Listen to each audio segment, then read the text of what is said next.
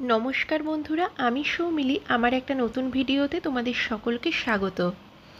রোজের একঘেয়ে চিকেনের রেসিপি খেতে খেতে আমরা যদি বোর হয়ে যাই, তাহলে আমাদের মনে হয় একটা নতুনত্ব চিকেনের রেসিপি ট্রাই করলে কেমন হয়। তো সেই মতো আজ আমি বানিয়ে নিচ্ছি চিকেনের একটা নতুন ধরনের রেসিপি, যার নাম চিকেন মহারানি। তো এটা বানানোর জন্য আমি প্রথমে চিকেনটাকে ম্যারিনেট করে নিয়েছি।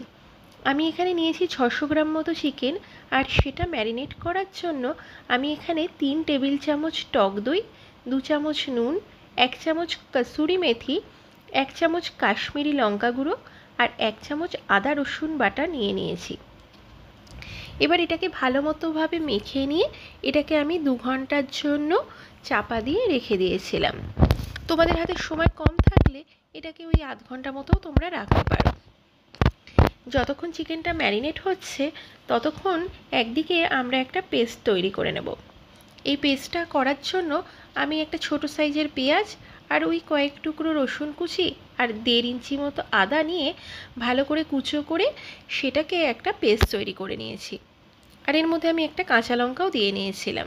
তোমরা চাইলে যদি ঝাল বেশি খাও তাহলে এখানে কাঁচা লঙ্কার পরিমাণ বাড়াতে পারো। এদিকে আমার পেস্টটা তো রেডি হয়ে গেছে। তাহলে চলো এরপরে মোটামুটি 2টো মিডিয়াম সাইজের পেঁয়াজকে আমি আগে কুচি করে নিচ্ছি। 2টো পেঁয়াজ ভালো করে কুচি হয়ে গেলে তারপরে সেই পেঁয়াজগুলোকে আমি একটা পাত্রে রেখে নিচ্ছি। এদিকে আমি গ্যাস জ্বালিয়ে ওই কড়া বসিয়ে দিয়ে কড়ার মধ্যে 4-5 চামচ সাদা তেল মতো দিয়ে নিলাম, আর তার মধ্যে আমার কুচি করে রাখা পেঁয়াজগুলো আগে দিয়ে হালকা করে ভেজে নেব। যদি তোমরা চাও সর্ষের তেল ইউজ করতে পারো, বাট সাদা তেলেই কিন্তু এই রান্নাটা বেশি ভালো হবে খেতে। দেখো আমার এখানে পেঁয়াজ কুচোগুলো মোটামুটি হালকা ভাজা হয়ে গেছে। এই পেঁয়াজ কুচোগুলো হালকা ভাজা হয়ে গেলে তার মধ্যে যে পেস্টটা আমরা বানিয়ে রেখেছিলাম পেঁয়াজ আদা রসুনের, সেই পেস্টটা দিয়ে ভালো করে নাড়িয়ে চাড়িয়ে একটুখানি কম আঁচে কিছুক্ষণ এটাকে কষিয়ে নেব ভালো করে। এই মশলাগুলো সবকটা মিলিয়ে ভালো করে কষানো হয়ে গেলে তারপরে আমরা যে ম্যারিনেট করে রাখা চিকেনটা রেখেছিলাম সেই চিকেনটা পুরোটা কিন্তু এর মধ্যে দিয়ে নিতে হবে। চিকেনটা এর মধ্যে দেওয়ার পরে সেটাকে ভালো করে নাড়াচাড়া করে মোটামুটি মিডিয়াম ফ্লেমে এটাকে চাপা দিয়ে রেখে দিতে হবে। ওদিকে যতক্ষণ চিকেন হচ্ছে ততক্ষণ চলো আরেকটা পেস্ট আমরা বানিয়ে নিই। এটা বানানোর জন্য আমি ওই 10টা আলমন্ড আগে থেকে একটু ভিজিয়ে রেখেছিলাম।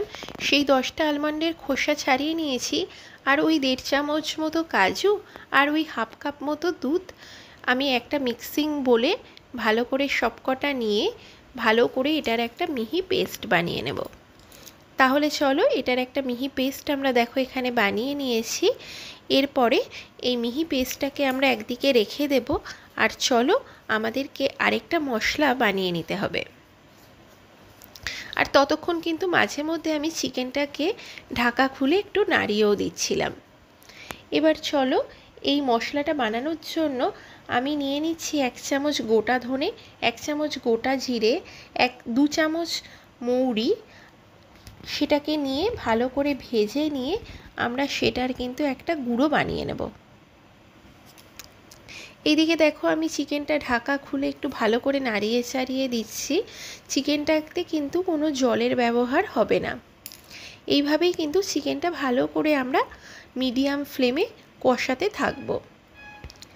দেখো জল কিন্তু নিজের থেকে বেরোচ্ছে, আমি কিন্তু এর মধ্যে একটুও জলের ব্যবহার করিনি। চিকেনটা আমরা ভালো করে নাড়িয়ে চাড়িয়ে নেব, আর এটা যখন মোটামুটি ওই 70-80% হয়ে আসবে তখন এর মধ্যে আমরা আমাদের ওই পেস্ট করে রাখা কাজু আলমন্ড আর দুধের যে পেস্টটা আমরা আগে থেকে করে রেখেছিলাম সেই পেস্টটা আমরা এর মধ্যে অ্যাড করব। আর তারপরে আবার কিছুক্ষণ আমরা এটাকে ভালো করে নাড়িয়ে চাড়িয়ে নেব। যেহেতু আমরা চিকেনটা 2 ঘন্টার উপর ম্যারিনেট করে রেখেছিলাম, সেই জন্য এটা বানাতে কিন্তু খুব বেশি সময় লাগছে না। আর পুরো জিনিসটাই আমরা কড়াইয়ে বানাচ্ছি, কিন্তু তাতেও কিন্তু এটা খুব তাড়াতাড়ি হয়ে যাবে। চিকেনটা মোটামুটি হয়ে এসেছে, মাংসগুলো দেখলাম খুব নরমই হয়ে গেছে। এরপর আমরা যে মশলার গুঁড়োটা তৈরি করে রেখেছিলাম সেই মশলা গুঁড়োটা আমরা ওপর থেকে ছড়িয়ে দেব, আর তার সাথে আমরা ছড়িয়ে দেব ওপর থেকে অরিগ্যানো আর কাসুরি মেথি। তো কাসুরি মেথির ব্যবহার কিন্তু এটাতে পরিমাণ মতো হবে। তো মোটামুটি সব কিছু আমরা এখানে ছড়িয়ে দিয়েছি, আর তারপরে সেটা ভালো করে নাড়াচাড়া করে আরও ওই 1-2 মিনিট একটু ভালো করে ফুটিয়ে নিয়ে আমরা গ্যাসের ফ্লেম অফ করে এটাকে ঢাকা দিয়ে রেখে দেব। এটা খেতে কিন্তু ভীষণ টেস্টি হয়, আর এটা করতে কিন্তু বেশি সময় লাগে না। তো তোমরা চাইলে কিন্তু এই রেসিপিটা বাড়িতে ট্রাই করে দেখতে পারো। এটা ভাত, রুটি, পরোটা, ফ্রাইড রাইস, পোলাও সমস্ত কিছুর সাথে কিন্তু খুব সুন্দর লাগে খেতে। যদি আজকে আমার এই ভিডিওটা তোমাদের ভালো লেগে থাকে তাহলে কিন্তু বাড়িতে অবশ্যই ট্রাই করো, আর আমাকে কিন্তু জানাতে ভুলো না তোমাদের এই রেসিপিটা কেমন লাগলো। আর পারলে সবার সাথে শেয়ার করো, আর আমার চ্যানেলটা সাবস্ক্রাইব করে দিও। বাই।